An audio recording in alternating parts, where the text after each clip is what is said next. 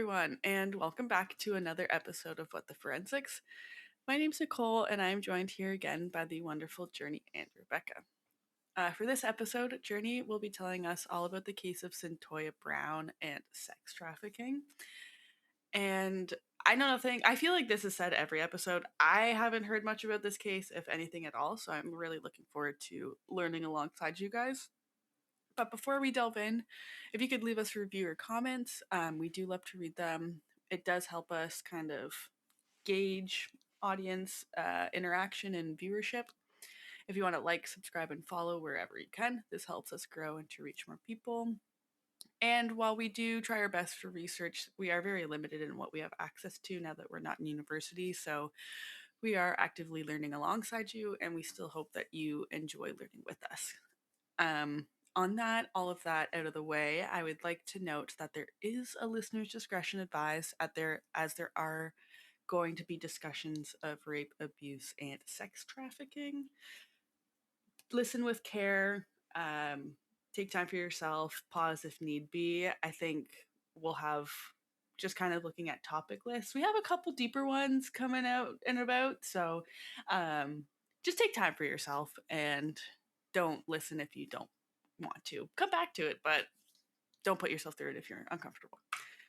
Anyways, all of that out of the way. I'm just rambling now. Journey, do you want to teach us a little bit about what this case is about?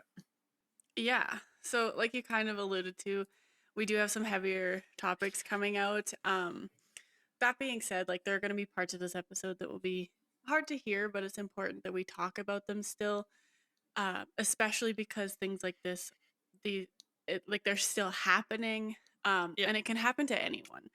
And so, and kind of in addition to that, it's very important that we stop victim blaming because that played a huge role in this case as to why Cyntoia had internalized so much of what had happened to her. And she was so ashamed to tell anyone about what was happening because she thought it was all her fault, not the fault of the monsters who were taking advantage of her. And it kind of kept her in these dangerous situations, unfortunately. Um, and like Nicole said already, please listen with care to this episode. So imagine, at the age of 16, being sex trafficked by a pimp named Cutthroat. After days of being repeatedly drugged and raped by different men, you are purchased by a 43-year-old child predator who took you to his home to use you for sex. You end up finding enough courage to fight back and shoot and kill him, but you're arrested as a result, tried and convicted as an adult, and sentenced to life in prison. This is the story of Cyntoia Brown. Okay. We're just Yeah. jumping right in. Jumping right in. That was a news article headline that had been posted in 2017 or something that I thought just summed up very nicely what we're going to be talking about. So, Cyntoia Brown was born on January 29th, 1988, to 16-year-old Gina Mitchell. At this time, Gina had been drinking a fifth of vodka a day and was in no place to take care of a child. So, Cyntoia was adopted by Elinette and Thomas Brown when she was around 8 months old. The timeline there's a little iffy, but it's around a year. And Gina was a friend of their son Chico, so they knew her pretty well. She was kind of a family friend. And after her adoption, Gina did not have an active part in Cyntoia's life, and Cyntoia did not meet her until 2006, I would like to say. On Cyntoia's first day of kindergarten, she was made fun of for being light skinned. Her biological mom is white and her biological dad is black, and so she is mixed but presents white. Both of her parents are quite dark, her adoptive parents, but I will just be referring to them as her parents. And it wasn't until kids pointed it out to her in school that she became really self conscious of quote unquote not matching her parents. And she asked her mom about it and she was told that she was adopted because her biological mom was too young to take care of her. And after this moment, her skin color was always a point of contention for Cyntoia because she was raised in a black house and believed herself to be black, but to an outsider, she looked white. And so it was very confusing for her growing up and not understanding why she felt like she didn't belong or others put on her that she didn't belong. And so as she grew up, she started to get more impulsive and she would get mad and stop trying to fit in. And in her book, she writes, quote, "If they wanted me to be an outsider, that's exactly what I'll be," end quote.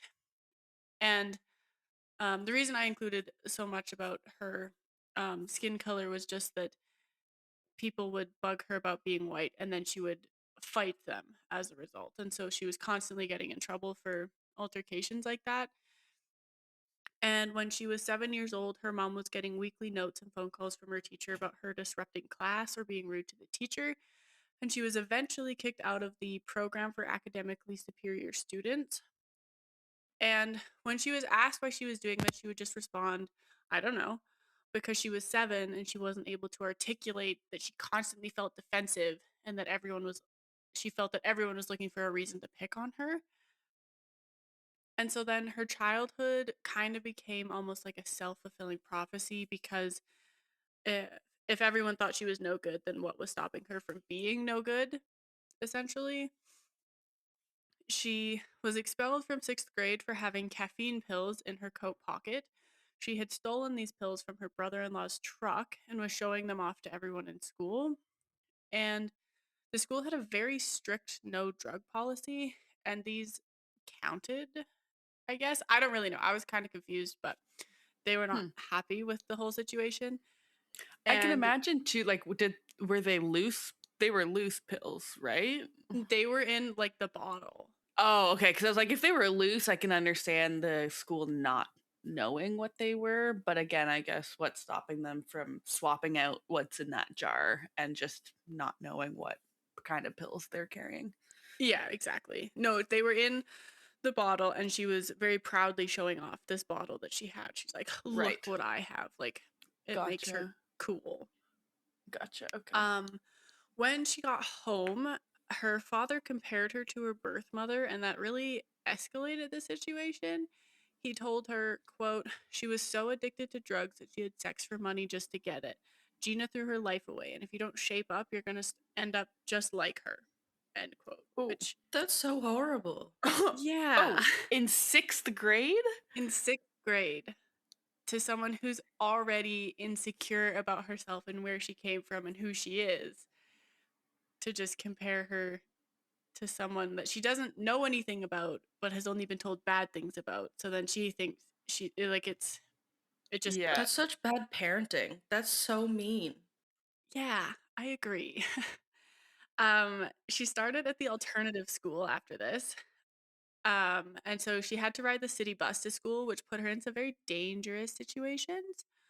One day, she was waiting for the bus and was going to call someone when she was offered to use someone's house phone. He let her into his house and she called someone, I think, and then he initiated sex with her.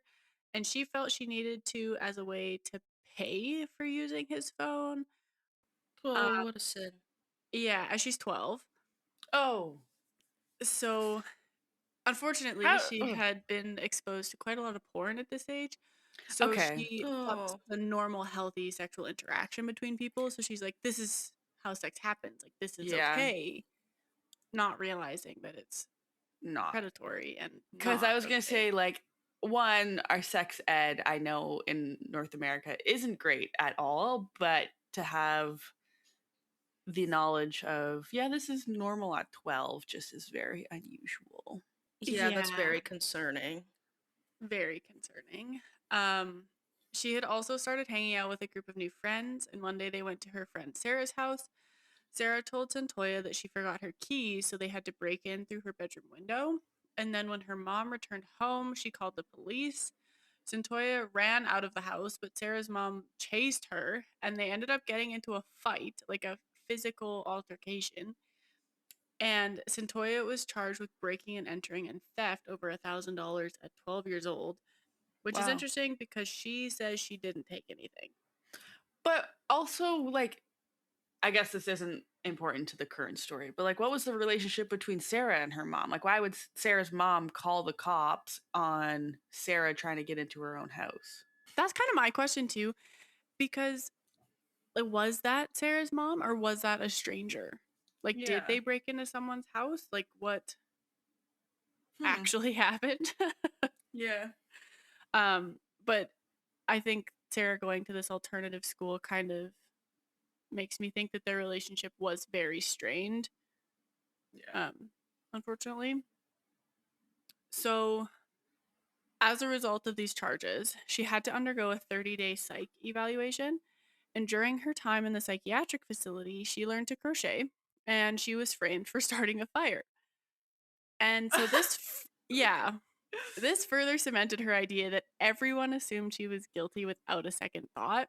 And so Mhm. she attacked the girl who framed her, and that just didn't help her case at all in I terms of the psych evaluation. I love that you've just sprinkled in that she learned how to crochet. It Like, was so cute and nice, and she's done it like constantly. It's kind of the one good thing that she yeah, had from yeah, from her childhood. And so she's done her psych eval, done whatever um sentence she got for those charges. Her expulsion had finished and she was back in middle school. However, life was still very weird for her because um people weren't not exactly open and accepting of having her back in the school. So one day she left the classroom for lunch, but had forgotten her purse, so she went back and found her teacher going through her stuff. oh, Cyntoia grabbed her purse out of the teacher's hands, and the teacher screamed and pressed charges. So Cyntoia went back to the detention center for this. Dear insane. God. It seems like the world was out to get her. It really does, yeah. And then when she was released, her parents were too busy to pick her up, so her father sent a friend of his. But this friend had previously said gross things about Cyntoia's body to her, so she didn't feel safe leaving with him. And she told the clerk as much, and the clerk got the guy to leave, thankfully. And she's like, this is the first time someone reacted appropriately when I told them what he said about me. Hmm. Because her parents were kind of like, whatever. But she was then informed that the clerk had to call um, child services and she was going into state custody. Oh, And but but it's not the father that is that individual. It's just someone picking her up from school. So why would she go into state custody for that? I don't know if it was just because like her parents weren't coming to get her. Oh, okay. I don't know. Like it is very weird that they were just like, "Hey, you're gonna become like the state's Yeah. child now." Like it just doesn't. That part didn't make any sense to me. Um, she obviously wasn't thrilled about this, but the kids she met at the first place she was sent kind of allowed her to just be her, which she Mhm. really liked. She was allowed to like smoke and drink and have sex and do regular 13-year-old things. And the second place was definitely more aggressive. So she learned to solve disagreements with violence at this Ah. place. And that's when she started talking with her fists more so than her words. Mm. And yeah, like I said, she was 13 at this time, so just a baby. She ran away from the state facility quite a few times and would stay with strangers or friends of a friend. Um, they didn't have any rules because I'm pretty sure most of them were kind of adults and allowed her to do what she wanted to do, which at 13 was a lot better than living at her mom's house or the facility where there were actual rules. She was released from the juvenile detention center and returned home eventually. And she went back to school but felt super ostracized. So she started skipping school. And she was about 15 at this time. And she was at home for a while. And her mom had a new boyfriend. Her parents had divorced while she was locked up. And she had no respect for authority, especially from a man she didn't know. So she eventually ran away to live with some girls she met in Nashville that she had met when she had run away from the juvenile detention facility. Um, and so this friend that she was living with, her lifelong dream was to be a dope dealer's wife. Oh, that's sad. I wish she'd aim Yeah, higher. I agree. She had this big plan, and it was from her that Cyntoia learned how to use sex to kind of manipulate men and get what you want or get your basic needs met. However, once the men that her friend was seeing for money, started wanting to see Cyntoia more than her friend, she was kicked out and went to go live with another girlfriend. And so for this friend, she was basically a live-in babysitter for her until her baby daddy had Cyntoia sell crack for him.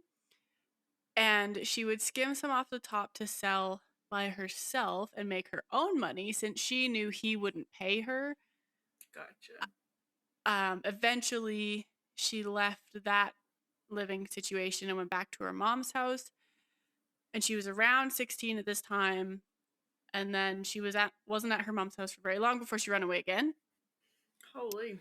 And this time she ran away because her friend's baby daddy, who she was selling crack for, called her and asked if she would do a drug run with him for $5,000, which she agreed to because easy money. Money's money. Yeah, money's money.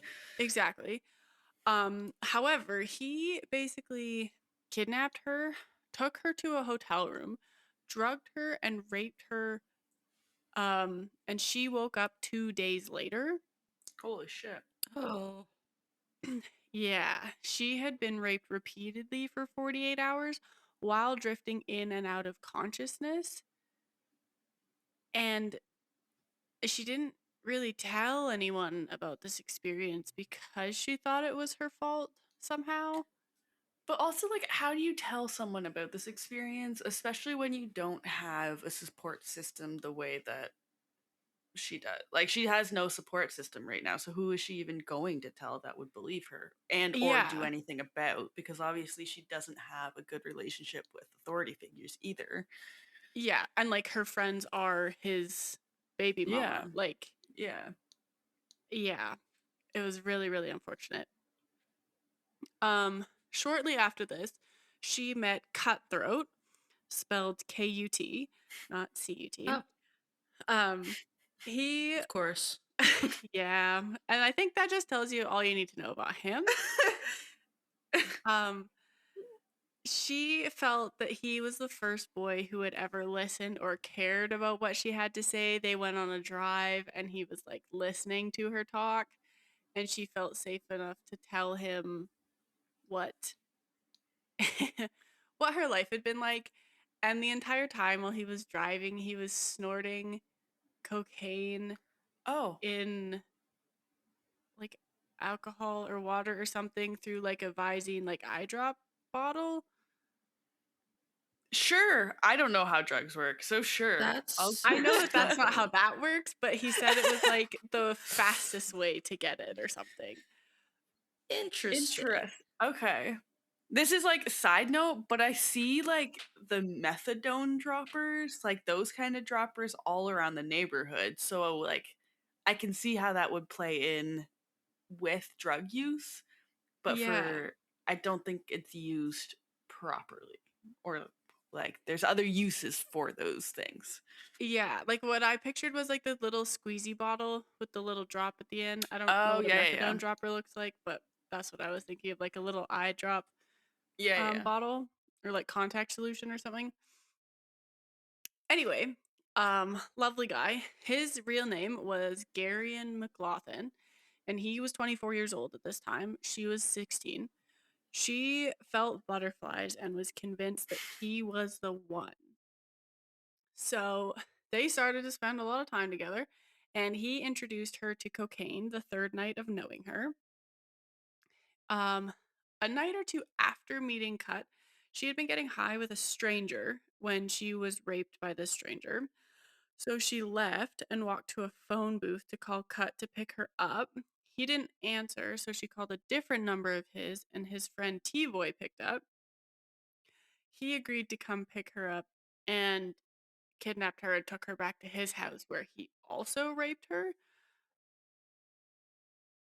And the next morning, she was finally able to call Cut and get a hold of him. And he was mad that she had slept with his best friend. Um, and she begged him for a second chance, which he reluctantly gave her. And she was convinced they would get back to like the sunshine and rainbow moments that they had when they had first met like 4 or 5 days ago. And so he came and picked her up. They got a room in a hotel and stayed there for a few days. Before their last night, Cut had a plan to have Cyntoia bring a man up to their room um, to have sex with him, and then he would rob him so that he could get more money to pay for the hotel. Um, Cyntoia was nervous about this, obviously, because this man had been like following her around and really creeping her out, and she didn't want to have sex with a stranger. She didn't want anyone to get hurt. She did end up having sex with him for money in his car. And when she gave the money to Cut, she said she had never seen him so happy. So she thought maybe if she kept giving him money, she could keep making him happy. And not long after this, Cut started selling her to his friends to have sex with her. And he started abusing her and slut shaming her when he was the one bullying her into having sex with these men for money. And unfortunately, she rationalized it by telling herself, quote, I hid my face in the pillow. I didn't want him to see my tears. I felt so powerless, but I knew deep down that he loved me. He was just worried about money. I told myself that's why he hurt me. End quote. Hmm. Really quite sad. Yeah. His biggest move was like, you're a slut. How could you have sex with these men for money? But you know what? It's okay because I like sluts. Sure, buddy. Like, awesome. Yeah. Anyway, the night of August 6, 2004, Cyntoia and Cut had got into a fight and he had sent her out to make some money. I do need it to be known that they had known each other for about 2 weeks at this point. Oh! This has been 2 weeks? Yes, it has been 2. Oh. Um, Oh, God. right? It just makes it so much worse that it happened in like 14 days, all of this to her. So they got into a fight. He sent her out to make money. She walked across the street to the Sonic, and that's where she met 43-year-old Johnny Allen. He pulled up beside her in his F-150 and asked if she needed a ride. She nodded with tears in her eyes. She got in the truck, and he asked if she was hungry. She said yes, and he drove back to the Sonic and asked if she was okay. She said no and started crying. She then told him, quote, I've been holed up in a room with a man who rapes and beats me on a regular basis. He just put me out and I don't know where to go from here, end quote. Alan asked where she was from and she told him the truth but didn't tell him her age. He then asked her, well, are you up for any action? Meaning, would you have sex with me? Oh my God. Yeah, cool, buddy. Sure, right This time. is why we choose the bear. Yeah, every Thank you, fucking yes. time. It's so I aggravating. can't imagine. Sorry. No, go ahead. I'm not gonna get too angry this Please episode. get angry. I cannot physically imagine, and not even physically, imagine in general, seeing a literal child crying, distressed, telling me that they had just been raped and beat for the last who knows how long, and my first thought being, I want to fuck this child. Yeah. What? Like, there's Yeah. no, I don't understand the thought process. There is no, like, Yeah, no, it The I thought don't know. process of like, oh, your boyfriend pimps you out? Oh, well, easy sex then. Like, do you want to, like, I Yeah. wouldn't mind having sex with you. You look like a Yeah. child. What? What is, So yeah, she kind of was like, okay. And they agreed on $150. He Wow. bought her Wow. food. Yeah. She was like $200. And he's like, 100. She's like, no. Then they You have agreed to on 150. negotiate. You have, Yeah. Like, whatever. So we bought her food, which the food she said in her book was $100, and I don't know how much food that you need to buy from a Sonic to get $100 in worth of food. 2004 too, fast Yeah. food was a lot a of bit fast cheaper food. than it is now. Yeah, I was surprised. But good for her. She probably needed the food. She probably ate a good portion of that. Get it while you can. I hope so, because she was quite. She was spending her money on drugs instead of food. Yeah. Anyway, he took her back to his house, even though she was like, we should go to a hotel because it's safer for her, obviously. And he's like, no, we're going back to my house. So on the way back to the house, he was telling her all about himself. Like, I'm such a good person. I have this fiance. Like, I'm such a important member of my community. Like, Sure. really gassing himself up. I'm like Yeah. I was in the army. When I was in the army, I was a sharpshooter. Like, no one shoots as good as me. Like, I have all these guns. I love guns and shooting. Um, Awesome. all good things. This is, yeah, I would love to drop my pants for this man hearing all of Right? this. Wow. So she like was seeing some red flags. And then they got to his house and he showed her like his gun collection. Which a collection makes it seem like there was a lot. I don't think there was a lot. There were maybe like 2 or 3 guns. Yeah. But still Still more than more than one. Yeah. Yeah. more than I'd be comfortable seeing. Yeah, that would unnerve me, especially like as a child going through all of this, and then the man who basically just raped you because you're a child, you can't consent. And he's Mhm. like, "Come look at my guns." It's almost like a way to be like, "I have power. Like, Exactly. don't Mhm. mess with me." Exactly. So 100%. had they already had sex at this point, or they had negotiated and they were bringing her back to the house? They had negotiated. They hadn't had sex yet. Okay. She Okay. like But still. kind of still, yeah, Yeah, no. still. It's the power trip of I have Mhm. all of this to hold over you kind of thing. Yeah. Yeah. You had just ridden in a truck with someone who was bragging about how good of a shot he was, Yeah. and then he shows you his guns and wants you to have Yeah. sex with him. Um, and so he started to remind her of her boyfriend slash pimp. And so she started to feel really nervous about the situation and especially about all the gun talk. And so she had decided, she's like, I no longer want to have sex with this man. How can I get out of this situation safely? So she moved the conversation to the living room so she could be closer to the door and was hoping to leave. She was hoping he'd fall asleep and she could sneak out. So she was like, oh, I'm tired. So then they went up to his bedroom and she hoped that when they um, would lay down that he would fall asleep. She was pretending to be asleep and would kind of like shake him off of her every time he tried to like initiate. Um, and the last time, like he was more aggressive with his initiation and she was more aggressive shoving him off of her. And he kind of, she said that he got this look on his face that made her think he was going to hit her. And then he rolled over away from her and she said that she thought he was reaching off the bed for something and thought he was reaching for a gun. So she grabbed the gun that Cut had given her in her purse and shot him in the back of the Oh. head. Oh. Wow. Like immediately. She's like, I need to kill him first before he kills me, essentially. Um So she didn't even shoot. I don't know why I thought she was going to be shooting Cutthroat. Not even this guy. no. No, she shot this guy. Um the way that his hands were clasped in the crime scene photos, because the documentary about her that I watched showed the dead body photos and I was like, Whoa. "Oh, okay." Um and they were like clasped like this, like on the bed, and he'd kind of like rolling away from her and he was like this. And so I really don't think he was reaching for anything, but I do believe that she believed that he was reaching for Yeah. something and her life was in Mhm. danger. Yeah. But yeah, so she shot him and then she left. She uh grabbed his truck keys, I believe. It took his truck to drive back to the hotel to get back to Cut. When she got there, Cut told her to dump it somewhere else because it just would bring the police right there. Um, Mhm. so she did. Neither of them knew if she had actually killed Johnny Allen or not. So they kept their eyes on the news to see if a dead body had been found, which eventually it was.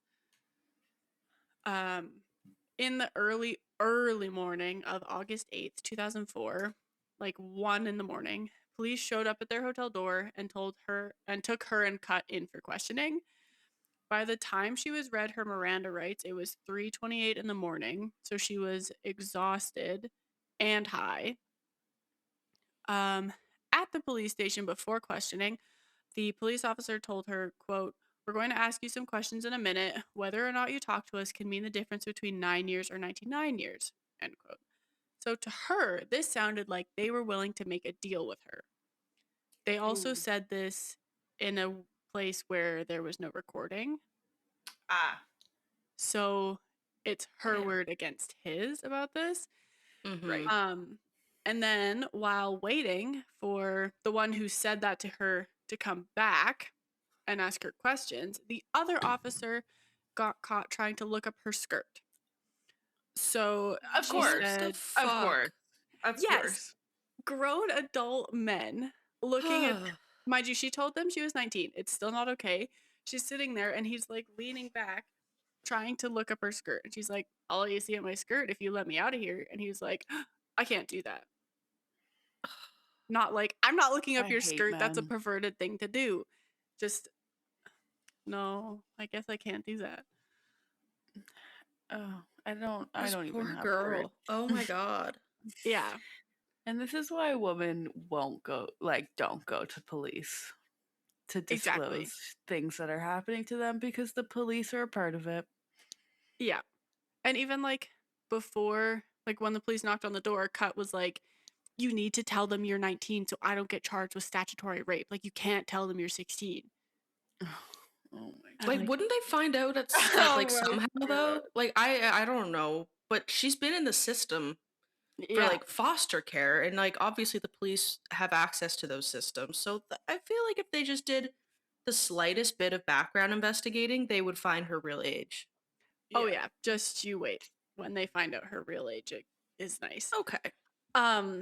So the other officer returned.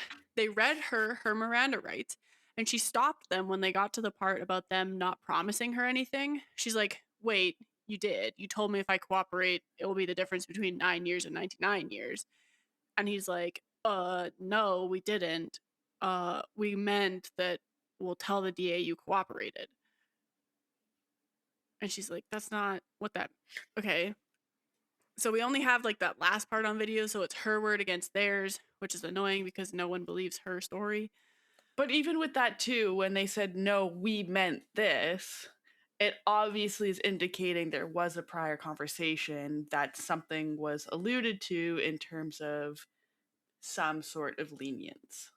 Yeah, Yeah, exactly. exactly. Huh. Yeah, so they like read her Miranda rights. Remember, she's tired and high. So, and 16. Okay. Like, there's no way she understood what her Miranda rights were, and like the right to remain silent.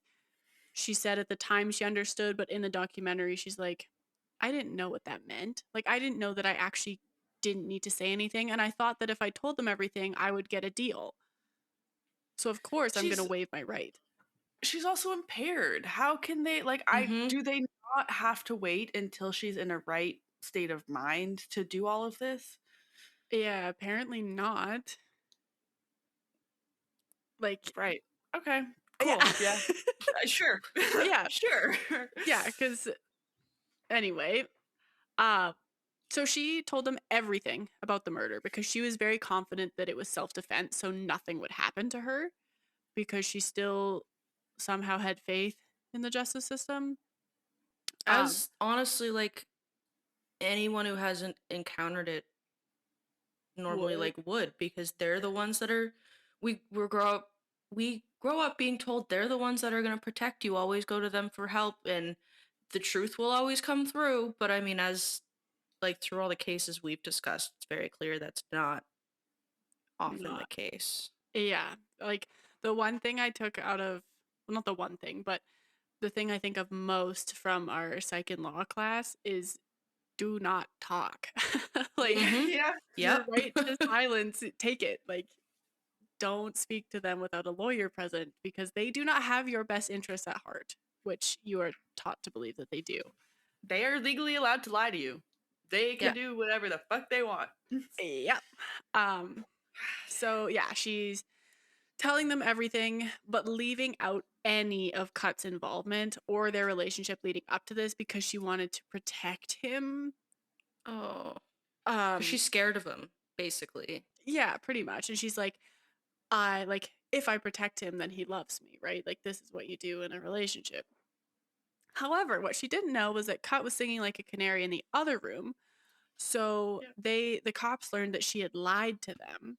And so while she was waiting to be processed into the jail, one of the officers came back, not the one who looked up her skirt, the other one, came around the corner and said, quote, "You're 16? You lied to me. You're a freaking teenager. Now you're really going to do life." End quote. Why would No compassion. No uh, compassion in the slightest. why would her being a Yeah. child make her more likely to do life? Shouldn't that be a mitigating factor? And why are you proud of the fact that it does give her life? I feel like he just feels gross about himself because oh no, he wasn't the one trying to look up her skirt. He was probably Well, thinking about it. yeah, right? Oh, Despicable behavior. Not sure why that was his reaction, obviously, and why Cut didn't receive any consequences. yeah, Like, that I because don't get that either. Especially because like he's a drug dealer. Shouldn't he at least be caught on that? exactly, and like he's had Statutory rape, drug dealing, pimping out yeah, a woman, sex trafficking. and like the wildest part is that she was like, "I'm 19. This is what happened. Cut had nothing to do with it," and he's like, "She's 16. I didn't really like. I don't know what he said, but they took his word over hers on the age and her word over his on any involvement." So they're like, because Picking and she wouldn't choosing. say that he was a part of it, they can't try him, but he's like, annoying. Mm-hmm. Yeah. So after her arrest, her lawyer, Kathy Sinback, had sent her to another psychiatric facility for another evaluation. Um, she was really mistreated in this psych facility as well. She was allowed to call her mom one time, and they came like this whole time. And they came to visit, and then they moved her to a different facility. Then they wouldn't let her call her mom to tell her she had been moved or when she got to the other facility. Like they're like, no. Um, and so she started acting out, and she ended up being kicked out of there before her 30 days were up. And the time that she had spent there, she was sedated for most of it. Any specific reason she was sedated, or just because they thought she was difficult and Just because they thought she was difficult. She was acting out and being really aggressive. wow. So instead of talk to her, they sedated her. And like, I don't know if it was this time or when she's in prison, but they had sedated her so much it was hard for her to walk because they would inject her in her glute, and she like couldn't walk because her muscles were so sore from the injections, Oh my God. which is disgusting. Um Yeah. and so she like had developed this really good relationship with Kathy Sinback, and she started telling Kathy all that she had experienced before the murder. And it was kind of through Kathy's reactions that she realized that it wasn't normal what she went through. Like, she was the first person she had told who had a reasonable reaction to everything. Um, and this kind of prompted her to start confiding in her mother as well and kind of build that relationship. Um, like I said, Cyntoia had been doing everything in her power to keep Cut out of this because she wanted to protect him. But eventually, Kathy told her that Cut had told the police everything. Cyntoia didn't believe her, so they called Cut so that he could tell her, and he lied. Um, so Kathy had to come back a different day and had her write out basically a pros and cons sheet about Cut. And it was kind of at this point that she was like, oh, perhaps my 2-week relationship with a drug dealer was not healthy. Once a pros and cons list is made, it's just time to go. Yeah. And it was like things that Cut does that make me feel good, things that Cut does that make me feel bad, things I like about him, things I don't like about him. Yeah. And the bad side was there was a lot Much more on there larger. than the Yeah. good side. Yeah, Yep. I feel like even when you start considering making a pros and cons list about your significant other, you're just trying to find reasons to stay at that Yeah. Yeah, point. exactly. Um and then it was kind of broken to her that she was facing life in prison. Jeez. Kathy Sinback had not told her that because she was so confident that they would stay in juvenile court and it wouldn't come to that. However, it was telling her that she was going to potentially get life in prison that got her to kind of realize how serious the situation was. Right. She's kind of like, oh, like I'll get off scot-free because I'm a kid. Mhm. And it wasn't until she saw her victim's family at her transfer hearing that she realized her actions affected more people than just her. Right. Yeah. Because again, she's 16. She doesn't have that worldview of outside of herself. Yeah. And so this transfer hearing was more focused on her guilt instead of whether or not she should be tried as an adult or as a juvenile, which Okay. she felt is really unfair. And I agree with her. Like, it was pretty much just a trial in and of itself. Yeah. She writes in her book, quote, "The DA never questioned the fact that a 43-year-old man was picking up a teenager for sex, and my attorneys didn't want to make the victim look bad. They never brought up Cut's age or described our relationship as statutory rape, or even thought it was strange that a grown man gave a teenager a gun. I was described as a teenage prostitute, not a trafficking victim." End quote. Wow. Which is a huge disservice to her. Yeah. And I will say that, like, trafficking as a term wasn't really something yet, Yeah. unfortunately. Hence the teenage prostitute. Yeah. And this was surprising to me because the judge was a woman and she did decide that Cyntoia should be tried as an adult. Okay. And that, for some reason, to me just feels odd. Yeah. While awaiting her trial on March 30th, 2005, she learned that Cut had been shot and found dead in a parking lot. She obviously was quite heartbroken because of their love. And that, I guess the reason I included that was because I read something that said, like, he was never charged with anything. And I was like, oh, he got away with it. But I think that also part of it was he was never charged with anything because he was dead. Because he was Yeah. killed. Yeah. Was it determined? Sorry, this is kind of like not important to the current story, not story, but conversation. Was he murdered or did he take his own life? He was Was that murdered. ever- It was gang Okay. violence. Oh, Okay. okay. So yeah, her trial was from August 21st to 25th, 2005. Oh, wow. The DA was really tough on her and ended up showing a picture of her naked body to the jury and saying, quote, "Look at this whore." End Oh, quote. what? That feels incredibly unprofessional because she was a minor in that photo. So he just subjected the whole jury to see some, Yeah. just because he wanted to be like, look at this disgusting. He probably framed it as young woman, but she's a child. Yeah. So, like, the defense had been using this photo of her face to show, like, there's, like, look at the sorrow and despair in her eyes. Like, she was not in a good place. And then Buddy, like, showed the full photo and was like, look at this whore, because she was naked in the rest of that photo. But wouldn't that even more lend to the prosecution side, like looking at her facial expression and seeing she's clearly not in a good way, and then pull out the rest of the photo and, oh, she's naked. There's more to this story. Not good more, but there's more. Yeah. Why is there a But- naked photo of her and probably looking at her body like she's malnourished? Like, That's instant swaying of the jury as well. If a judge is going to introduce this as a negative piece of evidence, well, the jury's instantly going to then start to think, yeah, she's actually a whore. She's doing this for money. She's doing this XYZ. Well, it's going to instantly change the narrative of the jury or their belief at the moment.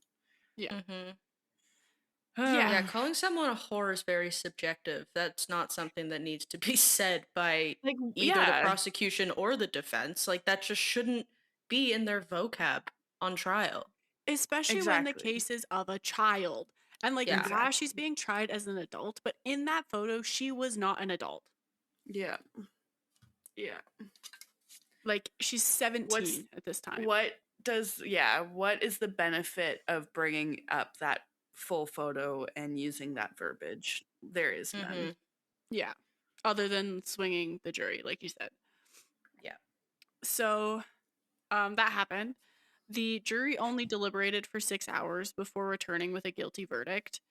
They found Cyntoia Brown guilty of first-degree murder, felony murder, and especially aggravated robbery.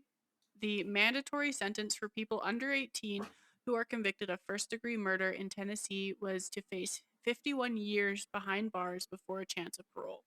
What robbery? I guess of his car, of his truck? Yeah, they say that she like rifled through all of his stuff and stole his truck and his wallet and a bunch of other things, which she didn't. Like, yeah, she stole his truck to get back, but like, they are trying to point it that robbery was the main motive. Like, she went home with him, shot him, then robbed him, or shot him so she could rob him, Right. but Of didn't course. take Damn. anything. Cool. So, yeah, she was given a life sentence with 51 years before a chance of parole. The United States is the only country in the world that permits youth to be sentenced to life without parole. Sentencing children to die in prison is condemned by international law.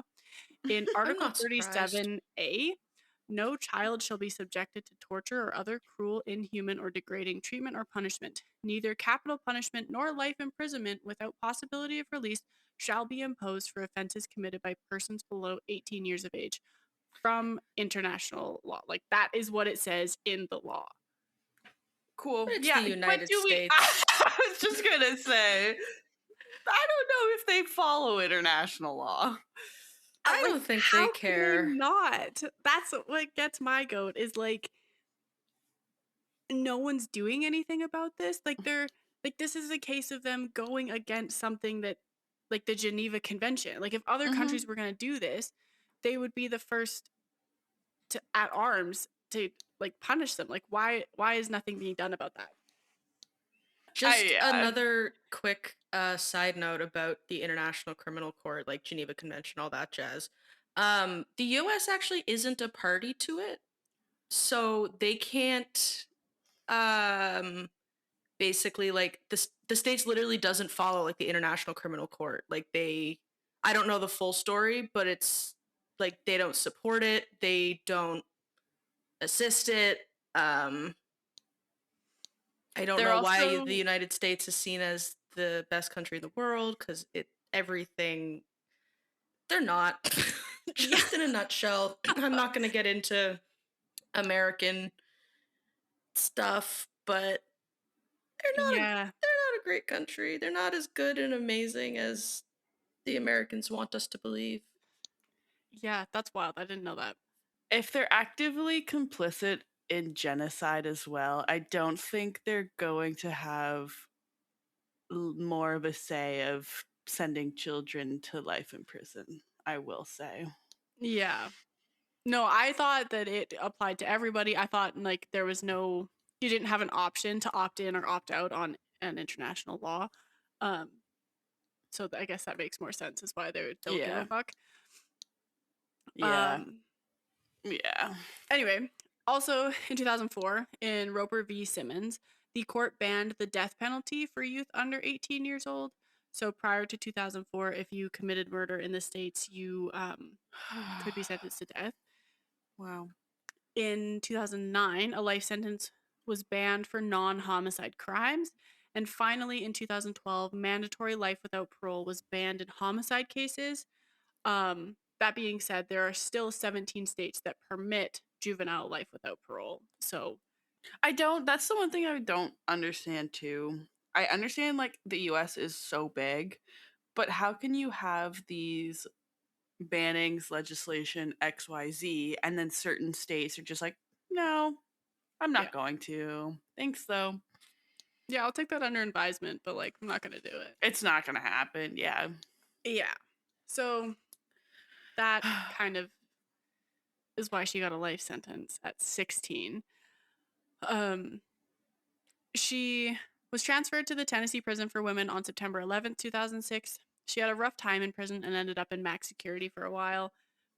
She has some serious anger issues, and so she was written up quite a few times before kind of finding her path. For one of her appeals, they used the fact that Gina was drinking a fifth of vodka a day while pregnant with her to plead that she had fetal alcohol spectrum disorder and was not in control of her actions, even though she has an IQ of 134. Um, this appeal was not granted. or like she was not let out of prison as a result of this appeal or whatever. While in prison, Cyntoia completed her GED and 2 university degrees. Her and her team were constantly looking for ways to get her out of prison. And a PBS documentary came out about her story in March 2011, and it did a really good job of sharing her story and what happened to her. I don't know why this documentary was started, but they had been filming since like day of arrest, Oh, basically. wow. Yeah, so there's footage from the very beginning. Wow. Which is quite rare, I find, in most cases, obviously. Yeah. And then in 2017, they decided to ask the governor for clemency. She did an interview with a news anchor about a trafficking project that she had been working on, and the issue of applying for clemency came up, and she said she was trying for it. This journalist anchor lady put out this huge story about Cyntoia Brown being a sex slave at 16 and sentenced as an adult, and it really blew her case up and made it quite famous along with the documentary. So everyone knew about it, and a bunch of celebrities were posting about it, saying like hashtag free Cyntoia, hashtag justice for Cyntoia Brown. And they were really like, her team was really nervous that all this fame would affect her chances of getting clemency or getting a clemency hearing. So they didn't like this fame because it was not good for her case, but she was able to get a clemency hearing even so. This hearing was held on May 23rd, 2018, and there was no clear answer as a result, so she just needed to wait and see what the governor would say. The governor did decide to commute her sentence to 15 years, and she was informed of her release on January 7th, 2019, and was officially released at 3:18 a.m. August 7th, 2019. That seems very early for a release. Why not wait until buses are probably running or like ways to get out properly? Yeah. So they did that because there were news vans parked everywhere. Oh, I So Oh. they woke her up in the middle of the night, they got her ready, they took her in a van and they took her to the haunted Tennessee prison, Oh. where her husband was waiting for her to take Oh. her home. Cyntoia Brown's husband. Yes. What?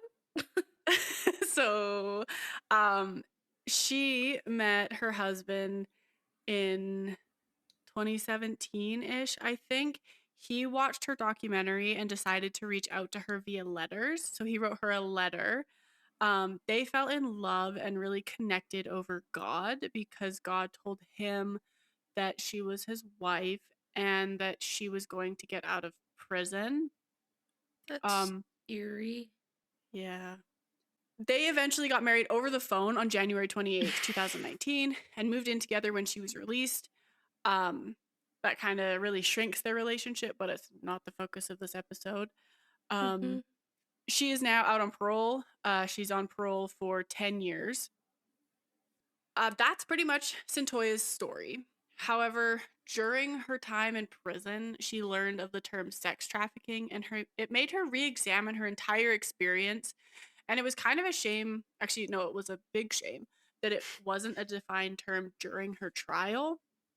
So I'm going to now kind of switch into talking a bit more about what sex trafficking looks like and who it impacts so that us and our listeners know what to look for and can educate others, because a lot of people don't know what sex trafficking is, and that's why it can fly so under the radar.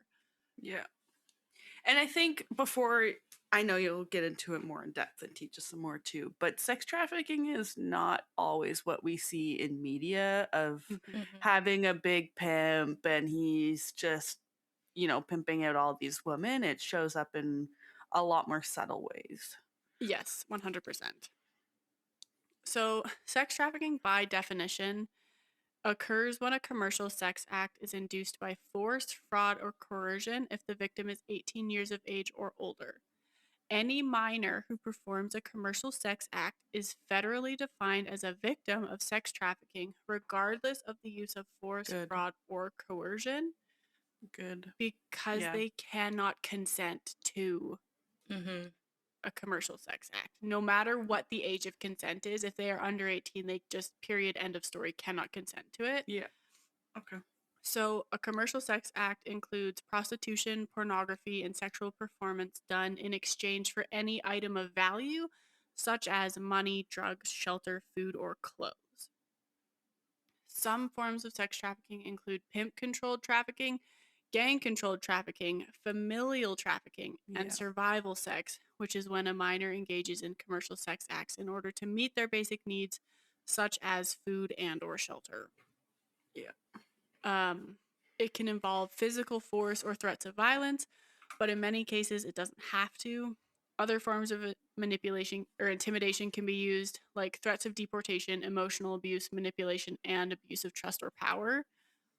Nope. With you mentioning threats of deportation too, we see this in sometimes like labor trafficking as well. Is folks will like hold their passport or hold any Mm-hmm. identification and use that against them. Yeah, Yeah. which is so sad. This information I got from the Government of Canada website, and it was heavily intertwined with labor trafficking Yeah, yeah, as well, Mm-hmm. because they were like, Yeah, they're pretty similar. mm-hmm. So, traffickers often target people who may be at odds with or separated from their families, in need of work, desperate for money, or survivors of abuse. In Canada, human trafficking most affects women and girls. They make up 93% of victims. Youth and young adults make up 22% of victims are girls under the age of 18, and 41% are women aged 18 to 24. It impacts Indigenous people, children and youth living in care or who are transitioning out of care, members of the two SLGBTQ plus community, newcomers and migrant workers, people who are financially vulnerable, unemployed, or homeless, and who are struggling to meet basic needs, people fleeing abuse, people with mental health disorders or who have a history of trauma, people experiencing addictions, unhoused persons, and people who are looking for a sense of belonging and acceptance. So, the most vulnerable of vulnerable yeah, populations. yeah, Mm-hmm. Human traffickers are also very strategic in how they recruit victims. They go to places they can meet young, vulnerable, or in transit people like bus stations, youth shelters, group homes, malls, or even outside schools. They also may target people online so they can hide their identities while trying to find out personal information. Often, traffickers target someone they know, like an intimate partner, family member, friend, or coworker. And kind of like you said, Nicole, it it's not always this huge business.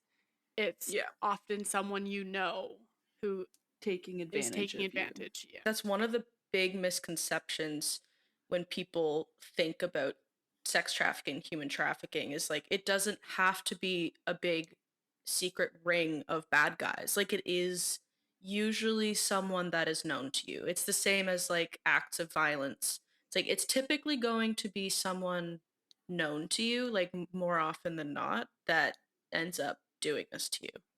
Yeah, exactly. And unfortunately, victims are often unaware that they're even being groomed, as traffickers are often expert manipulators. And we kind of see that in Cyntoia's case, where she had no idea what was happening to her Yeah. because Cut was using her feelings for him against her.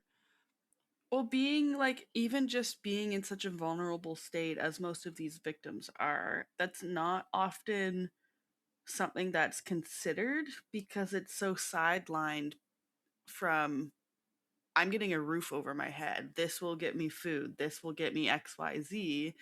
I Hmm. don't know if the hidden, well, not even hidden, but the deeper implications are even at the forefront of their thoughts. Yeah, exactly. It's very much survival based. Yeah. So commonly, traffickers will build a relationship with the victim in an effort to understand their desires and vulnerabilities and create an emotional attachment. They then use these desires and vulnerabilities to manipulate the victim, isolate them from friends and family, and use force, violence, threats, or intimidation to control them. Historically, because victims face negative public perception and often risked criminalization for the crime committed against them, assistance escaping the life seems unattainable, which further marginalizes them and commits them to a life of abuse and exploitation, like we saw in Cyntoia's case. Yeah. Traffickers often look for unmet needs in a person's life and try to fill them, whether it's love, money, self-esteem, or even supporting their family financially, all under the guise of gaining their victim's trust. They do this by establishing friendship, showing romantic interest, or even offering job opportunities, specifically in labor trafficking.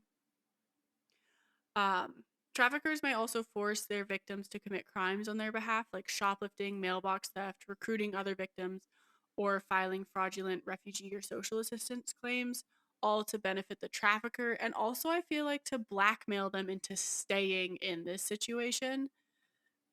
Traffickers may make false promises that respond to their target's needs and isolate them from family and friends. Some traffickers pressure their victims into providing services to earn love, pay back a favor or gifts, or show their gratitude. Less subtle traffickers can force people or trap them through blackmail, confinement, moving from place to place, supplying drugs through physical and mental abuse, withholding pay or identification documents, and threats of deportation, most of which we saw in Cyntoia's case. Mhm.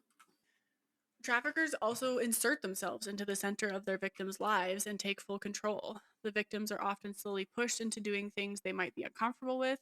For example, being asked to have sex with a friend to make quick money, like we saw in Cyntoia's case. Victims may begin to feel frightened or isolated and over time become increasingly reliant on their trafficker. And once a trafficker establishes control, the aim is to keep victims stuck in a trafficking situation. Um, like I said, involving physical threats to them or their loved ones, etc. I will say the isolation component is so prevalent in these cases too, because Yeah.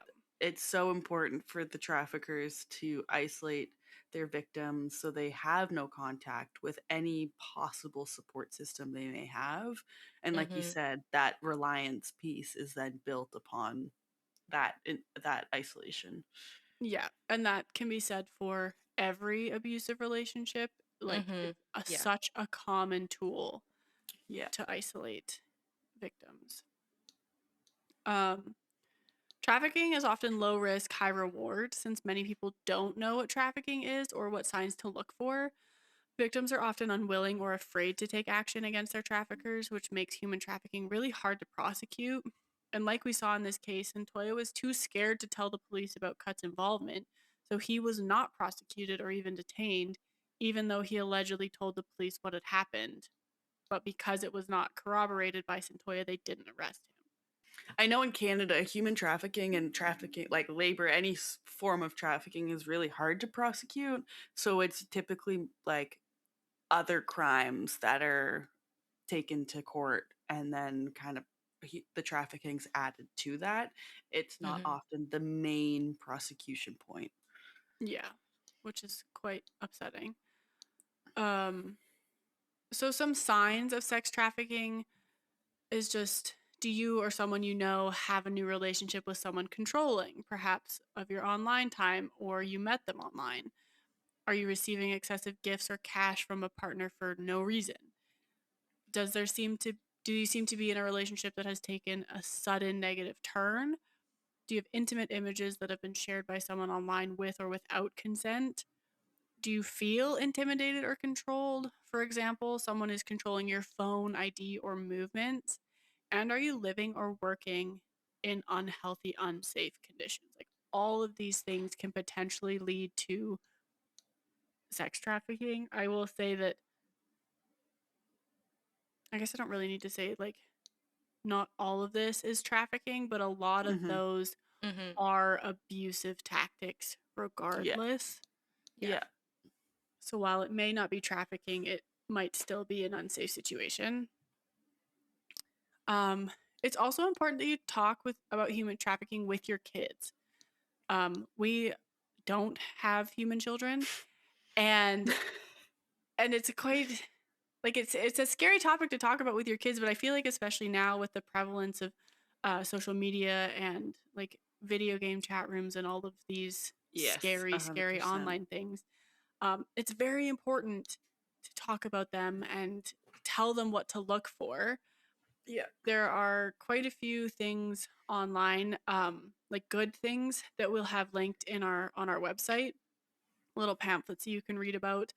But some topics to start the conversation include what personal and emotional space means, what healthy boundaries are, what consent means, both sexually and non sexually, how to protect your privacy online, how to stay safe online, what healthy cell phone habits look like, what manipulation, deception, and coercion mean, and what to do if you're being threatened by a friend, partner, or employer.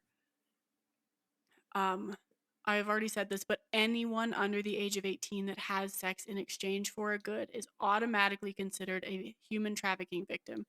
Even if the age of consent is 16, they cannot consent to commercial sex. Yeah. The Canadian Human Trafficking Hotline, you can reach it at 1-833-900-1010. You can also reach this hotline by online chat, submit a tip online, or by email at hotline@ccteht.ca. I will have all of that on our website, along with some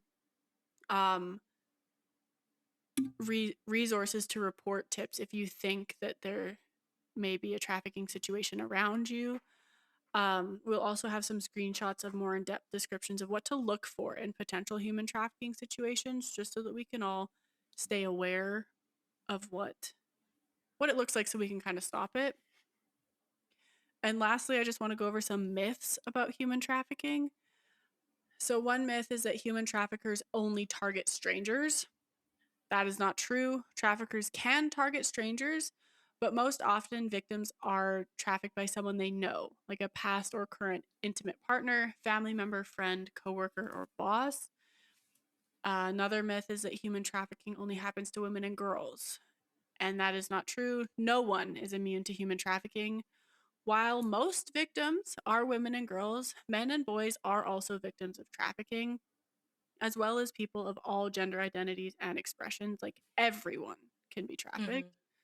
I do want to point out too, while we're going through these myths and going through these numbers also aren't an accurate representation fully, because Yeah. it's only what we know and what's been reported and or prosecuted.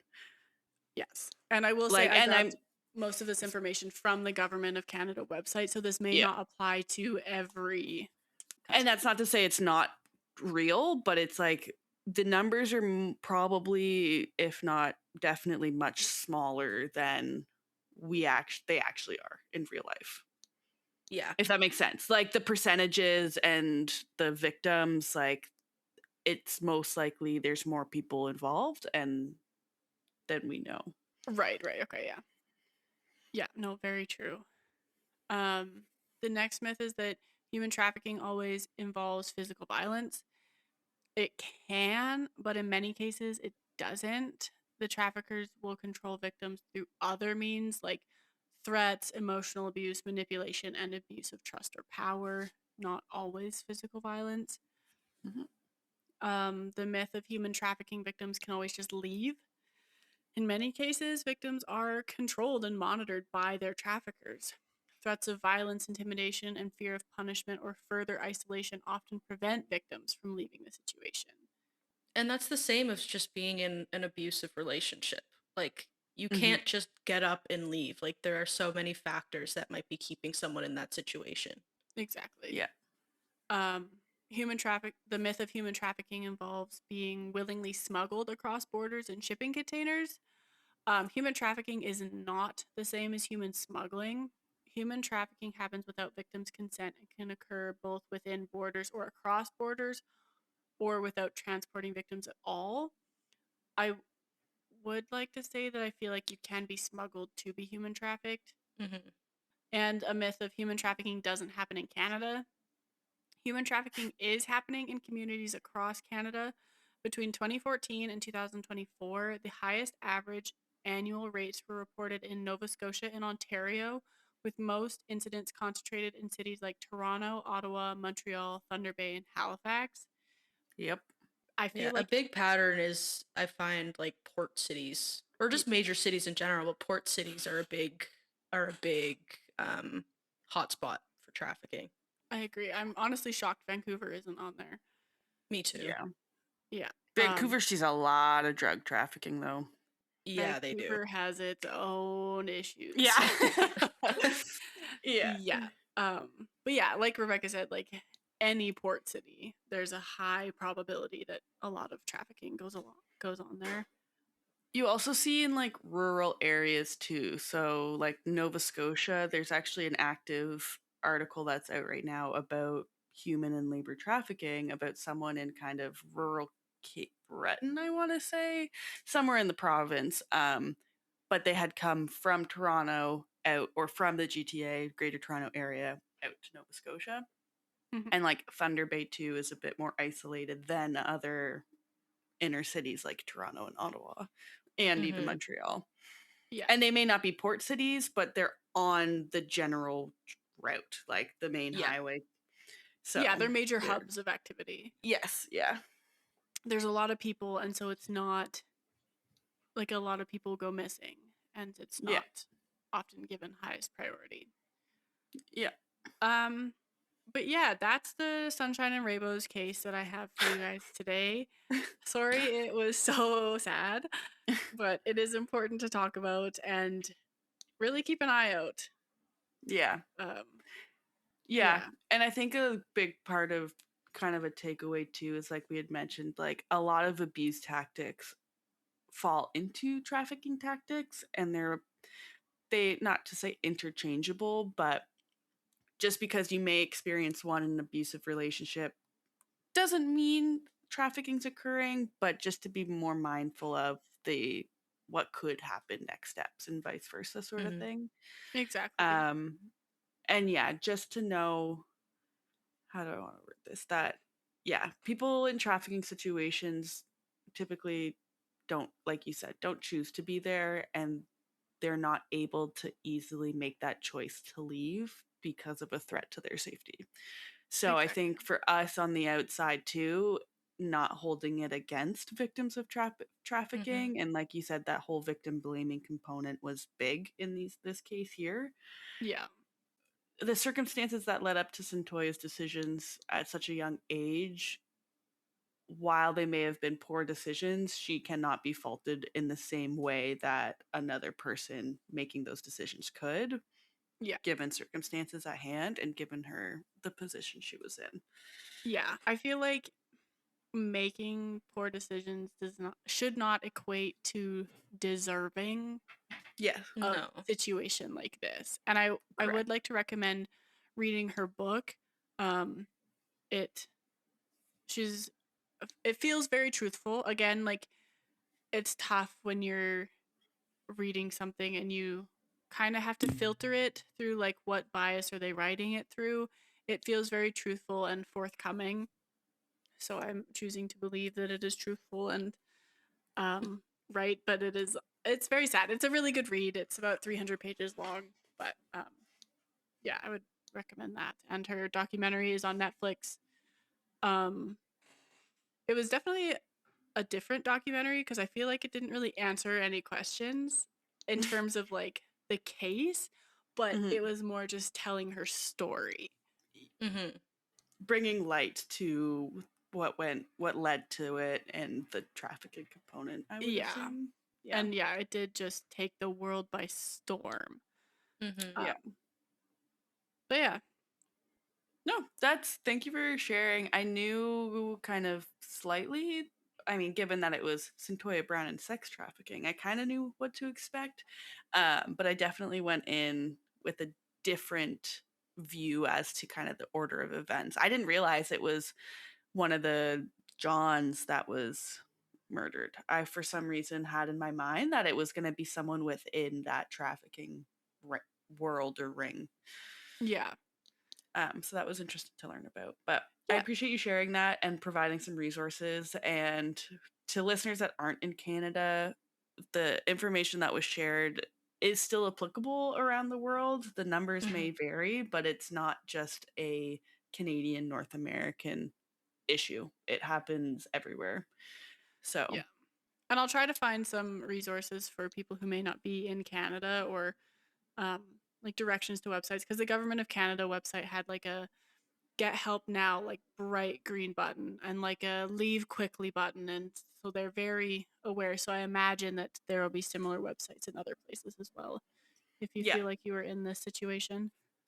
I know of some websites that have a really good aspect of I can't remember the specific one, but I believe it's for domestic abuse. You can go on and there's like you said, a leave quick button. So when you click it, it closes every tab out. It's no longer in your search history. It like really does try to help shield a victim from any potential retaliation if a trafficker or abuser finds that they've been searching such things.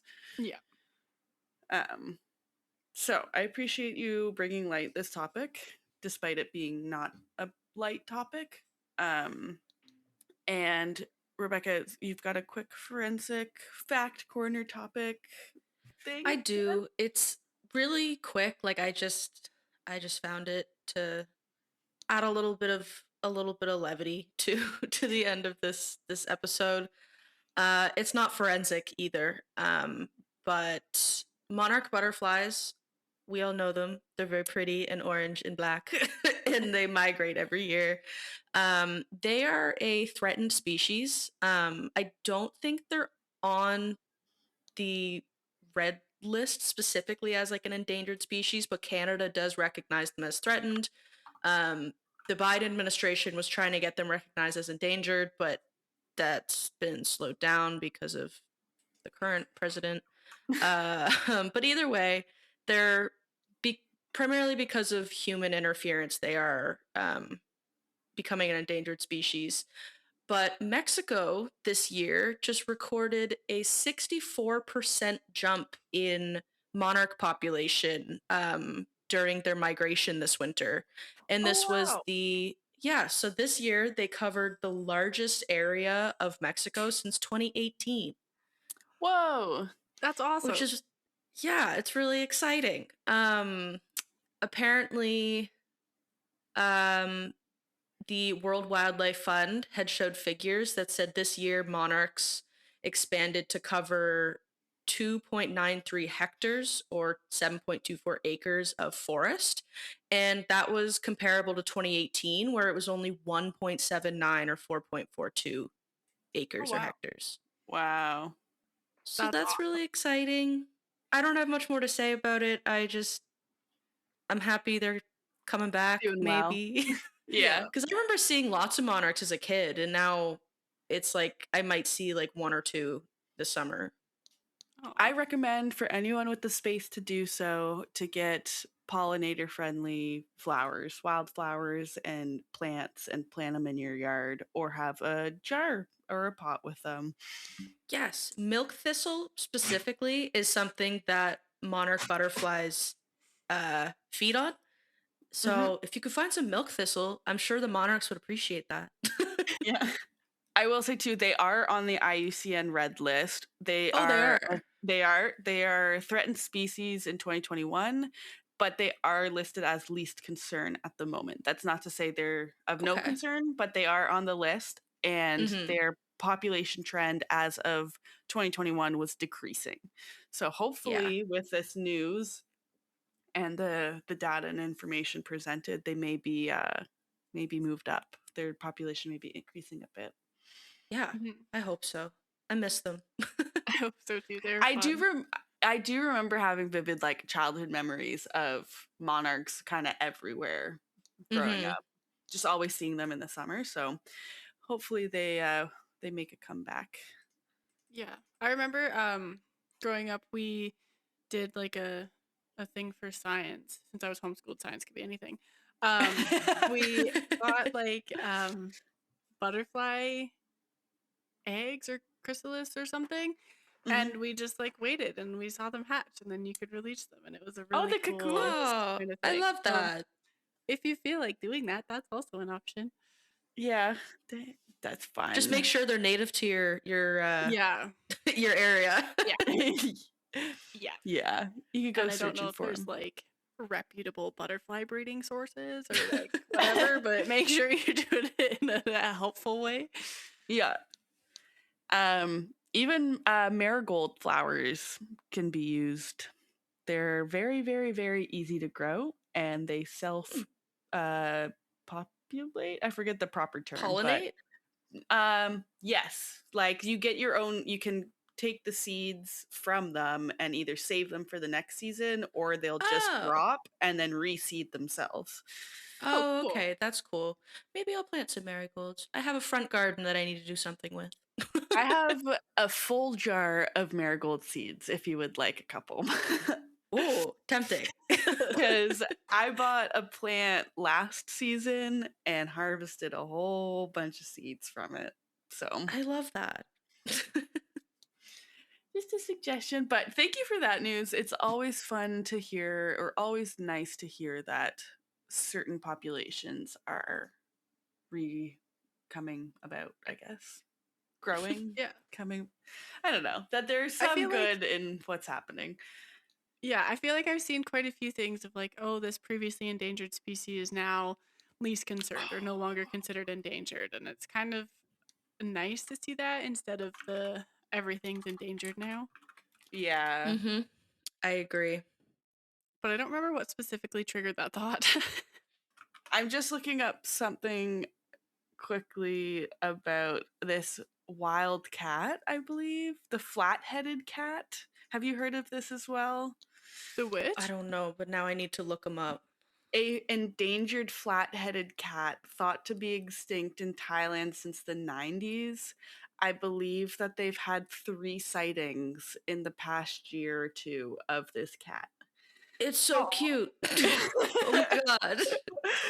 What a little guy. So there are a whole bunch of, not a whole bunch, but some animals, at least some species, that were thought to be extinct and just kind of showing up every once in a while. Yay. I love that. I hope it keeps happening. I hope so too. Okay, perfect. Well, our next episode will be on, and I'm gonna pronounce this properly and I'll work on it. I want to say Giselle, and Dominique Pellico. I am forewarning you, come emotionally prepared or take time for this episode, please. I will say this now and I'll say it again, but I think that'll be a heavier one. I know it'll be a heavier one. But if you want to find out more about us or find other episodes or just kind of stay up to date, you can find us on Instagram, YouTube, Facebook, and TikTok at What the Forensics. Our website is whattheforensics.ca. So, like Journey said, with sources and resources, this is where we'll post all of our information there. And if you have any questions, comments, concerns, recommendations, you name it, you can reach out to us at whattheforensics@gmail.com as well if you don't have social media or care to look for us on the website. All of that to say, take time for yourself today. This has been another episode of What the Forensics. We hope you learned something, and we look forward to seeing you next time. Bye! Just a reminder to everyone that we are not professionals in the forensic science field. We are just interested in forensics and want to share what we are learning with our listeners. We're trying to give you the most accurate information, but we are human and can make mistakes. Thank you so much for listening, and we hope to see you next week.